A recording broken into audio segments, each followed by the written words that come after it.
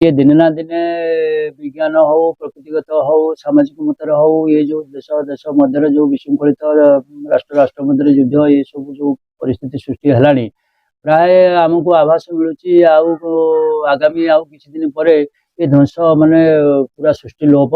पाई आजिकल जे छोट पिलाटी जन्म होची तार जो परिणत बयस को युवक अवस्था को ये समाज परिस्थिति जहाँ हम सेरा सब आम चिंता कला भाविले भी माने बहुत दुख माने आसी निज स्वार्थ को आखि आगे रखी जी जड़े शासन क्षमता को गला तार 15 पीढ़ी से तार रखीदेगला व्यवस्था कौट कौन मारी पिटी खाई सब खणी खादान कि आउ जो जहाँ हाथ रहा सब ये कनक्लूजन आर किसी ना ये सब अंधार अवस्था देखा जाए ये शरीर आज अच्छी काली सकाल आम कौन भविष्य हम आम कहीपर ना लोक भी चल जाए एक्सीडेंट केमती कौन सब मरुँच विवश अवस्था लोक मरुँच महाभारत श्रीकृष्ण अर्जुन को कहते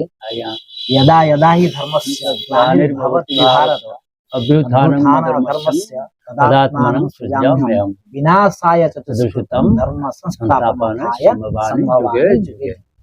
तो जते बेले जो समय रे धर्मर ग्लानि हुए एवं अधर्मर मात्रा बढ़ी जाए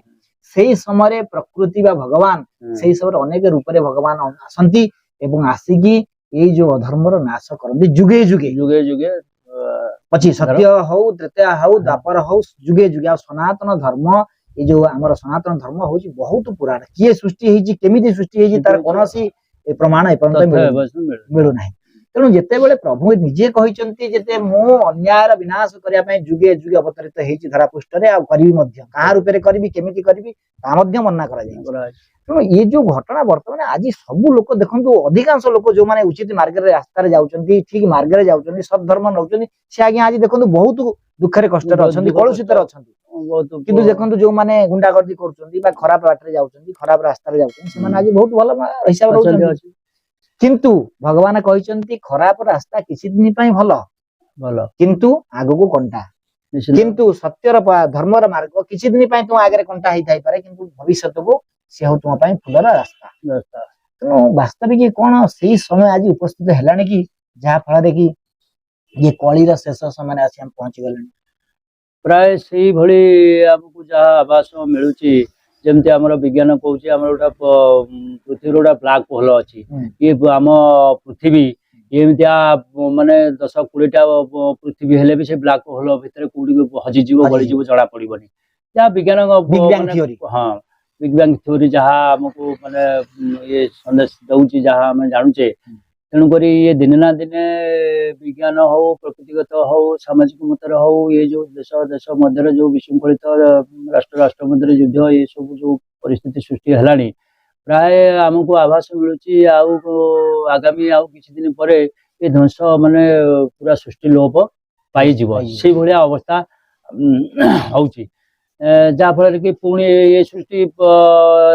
लीन हो नुआ सृष्टि भगवान पुणी आविर्भाव हे कौ रूप से कौन हे कलकी अवतार आसो जहाँ मालिका कौच कलकी अवतार आसिले पुणी गोटा नुआ सृष्टि सृजना हम से ये लोक भर थे पुणी पुनरावृत्ति हे कौन करेंगे से आगामी भविष्य कह तेणुक जहाँ परिस्थिति सृष्टि होची ये अतिष्ठ अवस्था जो समाज आजिकल जे छोट पिलाटी जन्म होची तार जो परिणत बयस को युवक अवस्था को ये समाज परिस्थिति जहाँ हम सेरा सब आम चिंता कला भाविले भी माने बहुत दुख माने आसी तेणुक लोक समाज जनसमाज आछि राष्ट्र माने किए हठात बड़ लोक हेका जाउची गरीब गरीब हेका जाउची तेणुक समता आने से प्रकार घर मुरब्बी बापा माँ ठीक रही स्त्री पिला छुआ परिवार समस्ते ठीक रे ये देशर मुख्य जी ये राष्ट्र मुख्य जी एमाने जदि निजे ठीक रही देश को ठीक भाव चलेबे लोक जनसमाज समाज किसी परिवर्तनता आसी पारंता किंतु से तो नैतिक बल नीतिगत ये सब को भूलिकी निज स्वार्थ को आखि आगे रखी जी जड़े शासन क्षमता को गला तार 15 पीढ़ी से तार रखीदेगला व्यवस्था कौट कौन मारी पिटी खाई सब खणी खादान कि आउ जो जहाँ हाथ रहा सब व्यतिक्रम करी निजे केमती स्वावलंबी हवा निजे केमती बड़ लोक हवा निजे केमती भल रहा हलदिया करवा ତେଣୁକରି ଅନ୍ୟମାନଙ୍କ କଥା ସେମାନେ ସମାଜ କଥା ଦେଶ କଥା ଇଏ ସାଧାରଣ ଲୋକ କଥା ଆଉ ବୁଝୁଛି କି ଆମ ଦେଶ ରାଷ୍ଟ୍ର ତ ଏଇଭଳି ଅବସ୍ଥାରେ ପଡିଛି ଆମେ ଆଉ ସେଠୁ ଆଉ ଆଶା ଆଉ କଣ କରିବା ଆର ଭବିଷ୍ୟତଟା କଣ ହବ ଆଗାମୀ ଭବିଷ୍ୟତ ଶେଷ ମାନେ ଆମେ ଶେଷ ପରିସ୍ଥିତିରେ ଆମେ କଣ କୋଉଠି ପହଞ୍ଚିବା ଯାଇକି ଇଏ କନକ୍ଲୁଜନ ଆର କିଛି ନାହିଁ ଇଏ ସବୁ ଅନ୍ଧାର ଅବସ୍ଥା ଦେଖାଯାଉଛି ଆମେ ଯେମିତି ଗୋଟା ଏଇକିନା ଦିବାଲ ଉପରେ ଅଛେ ଆମର ଭବିଷ୍ୟତ ଆମ ପରିଣତ ବୟସ ଆମ ପିଲା ଇଏ ସମାଜରୁ ଯାହା ପରିସ୍ଥିତି ଆମେ ଅନୁଭବ କରୁଛେ ଇଏ ଶ୍ରେଷ୍ଠ ମାନେ ସ୍ତରକୁ ଶୀର୍ଷ ସ୍ତରକୁ ଯିବା ପାଇଁ ସବୁ କଳା ଅନ୍ଧାର ସୃଷ୍ଟି ହଉଛି ସେଠି ବିଲୀନ ଏ ସମାଜ ଦିନେ ଧ୍ୱଂସ ହେଇଯିବ ଏ ଜନସମାଜ ଆଉ ରହିବ ନାହିଁ ଯାହା ପ୍ରକାର ସବୁ ଏଇ ଯୁଦ୍ଧ ଫୁଦ୍ଧ ଯୋଉ ଅଚ୍ୟୁତାନନ୍ଦ ମହାପୁରୁଷଙ୍କର ମାଳିକା କଣ ସତ୍ୟ ବାଳିକା ପ୍ରାୟତଃ ଅକ୍ଷରେ ଅକ୍ଷରେ କିଛିଟା ସତ୍ୟ ମାନେ ହଉଛି ଅନେଶତ ବାତ୍ୟା ଆମର ଗଲା ଗୋଟା ବିଭୀଷିକା ସୃଷ୍ଟି ହେଲା ବାତ୍ୟା ପରେ ଲୋକଙ୍କର ପରିବର୍ତ୍ତନ କିଛିଟା ଆସିଲା ଯୁଦ୍ଧ ପରେ ଗୋଟେ ଶାନ୍ତି ଅବସ୍ଥା ଆସେ ସେମିତି ସେ ଯୁଦ୍ଧ ସଦୃଶ ଯୋଉ ଆମର 320 କିଲୋମିଟର ପବନ ହେଇଥିଲା ତାପରେ ଲୋକଙ୍କର ଯୋଉ ଘର ଦ୍ୱାର ଭାଙ୍ଗି ଛିନ୍ନ ଭିନ୍ନ ହେଇଗଲା ତାପରେ ଲୋକ ସବୁ ବହୁ ଲୋକ କ୍ଷୟକ୍ଷତି ପାରାଦୀପ ଜଗତସିଂହପୁର ବହୁ ଲୋକ ମଲେ ସମୁଦ୍ରରେ ଭାସିଗଲେ ସୁନା ରୂପା ଟଙ୍କା ଘର ସମ୍ପଦ ଯାହା ରଖୁଛନ୍ତି ଲୋକ ମାନେ ଏଇ ଲୋଭରେ ସବୁ ରଖୁଛନ୍ତି ସେଟା ଆଜି ଅଛି କାଲି ନାହିଁ ଇଏ ଶରୀର ଆଜି ଅଛି କାଲି ସକାଳେ ଆମର କଣ ଭବିଷ୍ୟତ ହବ ଆମେ କହିପାରିବ ନାହିଁ ଲୋକ ବି ଚାଲି ଯାଉଛନ୍ତି ଗାଡି ଆକ୍ସିଡେଣ୍ଟରେ କେମିତି କଣ ସବୁ ମରୁଛନ୍ତି ବିଭତ୍ସ ଅବସ୍ଥାରେ ଲୋକ ମରୁଛନ୍ତି କିନ୍ତୁ ଆମେ କେତେବେଳେ ଆସିଛେ ଆମେ ଜାଣିନେ କେତେବେଳେ ଯିବା ଆମେ ଜାଣିନେ କିନ୍ତୁ ମଣିଷ ଜୀବନ ସାରା ମୃତ ବେଳା ମହେନ୍ଦ୍ର ବେଳା ଖୋଜି ଖୋଜିବା ଚାଲିଛି ଜ୍ୟୋତିଷ ଶାସ୍ତ୍ରକୁ ମାନେ ପ୍ରାଧାନ୍ୟ ଦଉଛି କିନ୍ତୁ ସେ ସବୁର ଏ ହେତୁବାଦୀ ମାନେ ବି ଜ୍ୟୋତିଷଶାସ୍ତ୍ର କି ଠାକୁର ଏ ସବୁ ମାନେ ଯେ ଜଗନ୍ନାଥକୁ ବି ଲୋକ ମାନୁନାହାନ୍ତି ବି ଜଗନ୍ନାଥ ଦରକାର ନାହିଁ ଏଗୁଡ଼ା ହେତୁବାଦୀ ପ୍ରଫୁଲ୍ଲ ରଥ କହୁଛି ତ ମୋ ସ୍ତ୍ରୀ ଆଜି ଯାକେ ମାନେ ହଁ ପ୍ରତାପରଥ ମୋ ସ୍ତ୍ରୀ ଆଜି ଯାକେ କାଚ ପିନ୍ଧିନି ନା ସୁନ୍ଦର ପିନ୍ଧୁନି କଣ ମୋର କ୍ଷତି ହେଇଛି ନା ମୋର ପିଲା ଛୁଆ ଜନ୍ମ ହେଇନାହାନ୍ତି ନା ମୋ ପିଲା ଛୁଆ ଶିକ୍ଷିତ ହେଇନାହାନ୍ତି ନା ମୁଁ ଜନସେବା କରୁନି ଗୋଟେ ଛୋଟ ପିଲାଙ୍କର କଣ ଗୋଟେ କାର୍ଯ୍ୟକ୍ରମ ଅନୁଷ୍ଠାନ କରିଛି କହିଲା ମଣିଷ ଜନ୍ମ ହେଇଛ ମାନେ କିଛି ସମାଜର ଉପକାର କର ନିଜେ ଭଲ ରହିକିରି ଅନ୍ୟମାନଙ୍କର ସୁବିଧା ସୁଯୋଗ ଅସୁବିଧାରେ ସାହାଯ୍ୟ ସହଯୋଗ କର ସେଇ ଧର୍ମ ଆଉ ଇଏ ବ୍ରାହ୍ମଣ ଏ ଆକୁ ମାନିବା ଠାକୁର ଏସବୁ ଭିତରେ ଜମା ସମୟ ଦିଅନି ତାଙ୍କୁ କହିବା କଥା ଏଇଆ କିନ୍ତୁ ଆମେ ତ ସନାତନ ଧର୍ମରେ ଆମେ ସିଆଡୁ ଆମର ରକ୍ତ ମଜା ଶରୀର ଗୋଟେ ଈଶ୍ୱର ଅଛନ୍ତି ବୋଲି ବିଶ୍ୱାସ ଅଛି ଆଜି ଯାକେ ଆମେ ଏଇ ତିଷ୍ଠି ରହିଛେ ଈଶ୍ୱର ଭକ୍ତି କି ଈଶ୍ୱର ବିଶ୍ୱାସରେ କିନ୍ତୁ ଏବେ ଯାହା ଏ ବିଜ୍ଞାନ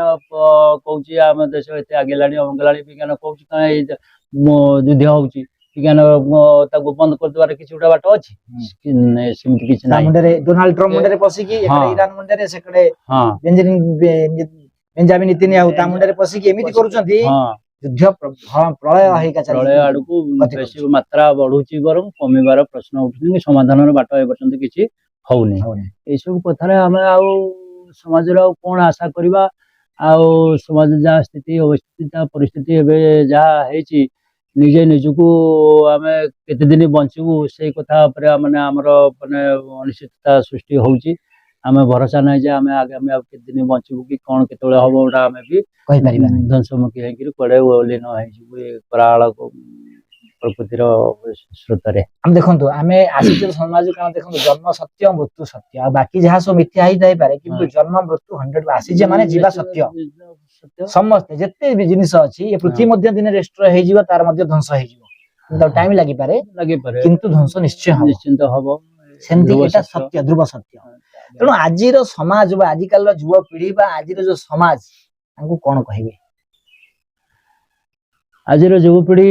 ମାନଙ୍କୁ ଗୋଟେ ସନ୍ଦେଶ ଦେବି ଯୋଉମାନେ ଯୁବକ ପାଠଶାଠ ପଢି ମାନେ ଶିକ୍ଷା ସଭ୍ୟତାର ଉଚ୍ଚ ସ୍ତରକୁ ମାନେ ପାଦ ପକେଇଲେଣି ଉଚ୍ଚସ୍ତର ପାହାଚରେ ପଦାର୍ପଣ ହେଲେଣି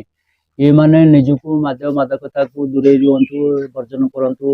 ଆଉ ସମାଜରେ ଯୋଉମାନେ ବୟୋଜ୍ୟେଷ୍ଠ ଲୋକ ରହିଲେ ସିନିୟରିଟି ଯୋଉ ମାନେ ଲୋକ ଅଛନ୍ତି ଗୁରୁଜନ ଲୋକ ସେମାନଙ୍କ ପ୍ରତି ଟିକେ ସମ୍ମାନ ଭକ୍ତିବୋଧ ଭକ୍ତିଭାବ ରଖିବା ଆଉ ନିଜେ ସମାଜର ଯୁବକ ମାନେ ହିଁ ସୃଷ୍ଟିର ଏ ସମାଜର ମାନେ ଭବିଷ୍ୟତ ଆଗ ଧାଡିରେ ସେମାନେ ଯୁଗକୁ ଚାହିଁଲେ ଅଧପତନ ଆଡକୁ ନେବେ ଚାହିଁଲେ ବି ଉପରକୁ ଶୃଙ୍ଖଳିତ ଅବସ୍ଥା ଫେରେଇ ପାରିବେ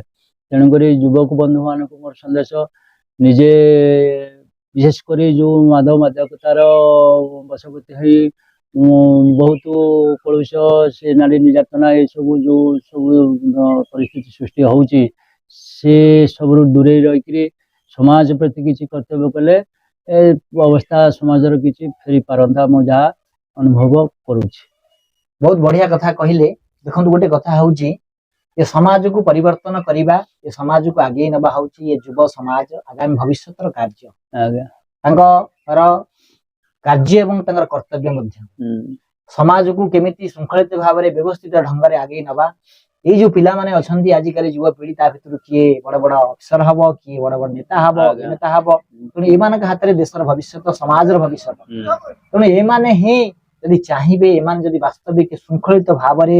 ଏଇ ସନାତନ ଧର୍ମରେ ଆମର କୁହାଯାଇଛି ଯେ ଯଦି ସନାତନ ଧର୍ମ ବା ଏଇ ଯୋଉ ଧର୍ମ ଆମକୁ ରାସ୍ତା ଦେଖାଏ, ଧର୍ମ ଆମକୁ ବାଟ ଦେଖାଏ। ସନାତନ ହଉଛି ବହୁତ ପୁରୁଣା ଧର୍ମ ଏବଂ ପୃଥିବୀର ବା ଯେତେବେଳେ ସଂସ୍କୃତି ବା ସମାଜ ସୃଷ୍ଟି ହେଲା ତାପରେ ସନାତନ ଧର୍ମରେ ଆବିର୍ଭାବ ହେଇଛି ଏବଂ ସନାତନ ହିଁ ଏ ପୃଥିବୀ ବା ଏ ସମାଜକୁ ରକ୍ଷା କରିବା ପାଇଁ ପ୍ରତିବୁଦ୍ଧ ଭାବରେ କାର୍ଯ୍ୟ କରି ଚାଲିଛି। ଏବଂ ଯେତେ ଦେଖୁଛନ୍ତି ଆପଣ ଯୋଉ ପନ୍ଥ ବା ଯୋଉ ଅନ୍ୟ ଧର୍ମାବଲମ୍ବୀ ମାନେ ଅଛନ୍ତି ସନାତନ ହିଁ ସୃଷ୍ଟି ହେଇଛନ୍ତି ସମସ୍ତେ। ତେଣୁ ସନାତନ ହଉଛି ମୁଖ୍ୟ। ତେଣୁ ଦେଖନ୍ତୁ ଯଦି ସତ୍ୟ, ଧର୍ମ, ନ୍ୟାୟ, ଆମେ ଯଦି ଦୟା, କରୁଣା ଆଦେହରେ ଯଦି ଆମେ ବିଶ୍ୱାସ କରିବା ତାହେଲେ ଏ ଯୁଦ୍ଧ ମଧ୍ୟ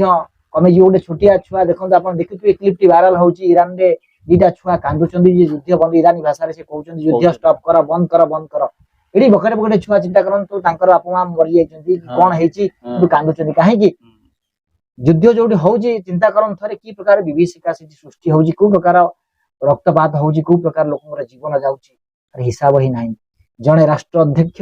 ସିଏ ଆଉ ଗୋଟେ ରାଷ୍ଟ୍ର ଅଧ୍ୟକ୍ଷକୁ ଚ୍ୟାଲେଞ୍ଜ କଲା କିନ୍ତୁ ଦେଶର ଲୋକଙ୍କ କଥା ବୁଝିଲା ନାହିଁ। ଆମେରିକାର ଡୋନାଲ୍ଡ ଟ୍ରମ୍ପ ଇରାନର ଖାମେନେଇ ତାକୁ ମାରିଦେଲେ କିନ୍ତୁ ଖାମେନେଇ ତ ମରିଗଲାଣି, ଯୁଦ୍ଧ ବନ୍ଦ ହଉନି, ଯୁଦ୍ଧ ଚାଲିଛି କିନ୍ତୁ ସାଧାରଣ ନିରୀହ ଲୋକ ମରୁଛନ୍ତି। ନେତାନ୍ୟାହୁ ମଧ୍ୟ ସେଠି ମଧ୍ୟ ସିଏ ଇସ୍ରାଏଲର ସିଏ ମଧ୍ୟ ବମବାରୀ କରୁଛନ୍ତି, ଆପସ ଭିତରେ ସବୁ ବମ୍ ବ୍ଲାଷ୍ଟ ହଉଛି, ମିସାଇଲ ଛଡା ଚାଲିଛି, ଡ୍ରୋନ ଗୋଟେ ବ୍ଲାଷ୍ଟ ହଉଛି। ହେଇଥାଇପାରେ କାଲି ସକାଳେ ବଡ ମିସାଇଲ ବା ପରମାଣୁ ଯୁଦ୍ଧ ହେଇଯାଇପାରେ। କଣ ହବ ତାର ପରିଣତି, କଣ ହବ ବିଭୀଷିକା, ଚିନ୍ତା କରି ଦେଖନ୍ତୁ ପୃଥିବୀର ଅବସ୍ଥା କଣ ହବ। ବାୟୁମଣ୍ଡଳ ଦୂଷିତ ହେଇଯିବ ଯଦି ଗୋଟିଏ ପରମାଣୁ ବମ୍ ପଡେ, 5ଟା 50ଟା ବମ୍ ପଡିବ। ଇସ୍ରାଏଲ ପରମାଣୁ ସମ୍ପନ୍ନ, ଆମେରିକା ପରମାଣୁ ସମ୍ପନ୍ନ, ଭାରତ ପରମାଣୁ ସମ୍ପନ୍ନ, ପାକିସ୍ତାନ ପରମାଣୁ ସମ୍ପନ୍ନ, ଉତ୍ତର କୋରିଆ ପରମାଣୁ ସମ୍ପନ୍ନ, ରୁଷିଆ ପରମାଣୁ ସମ୍ପନ୍ନ, ଫ୍ରାନ୍ସ, ଆପଣଙ୍କର ଜର୍ମାନୀ, ୟୁକେ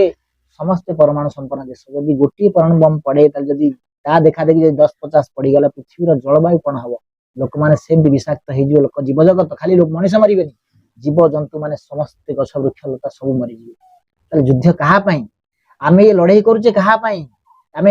ଯୁଦ୍ଧ କରୁଛେ କାହା ପାଇଁ? ଯେ ଆମେ ନିଜେ ନ ବଞ୍ଚିବା, ମାନବ ଜାତିର ଅସ୍ତିତ୍ବ ନ ରହିବ, ଜୀବଜଗତର ଅସ୍ତିତ୍ବ ନ ରହିବ, ତାହେଲେ ଲଢେଇ ବା ଆମେ ଏଇ ଯୋଉ ପ୍ରତିପତ୍ତିଶାଳୀ ଆଜି ବିସ୍ତାର କରିବା ପାଇଁ ଆଜି ଆମେ ବା ଆମେ ଆଜି ଲଢେଇ କରୁଛେ ବା ଆମ ନିଜ ଭିତରେ ପ୍ରତିସ୍ପର୍ଦ୍ଧା କରୁଛେ, ତାହେଲେ କାହା ପାଇଁ?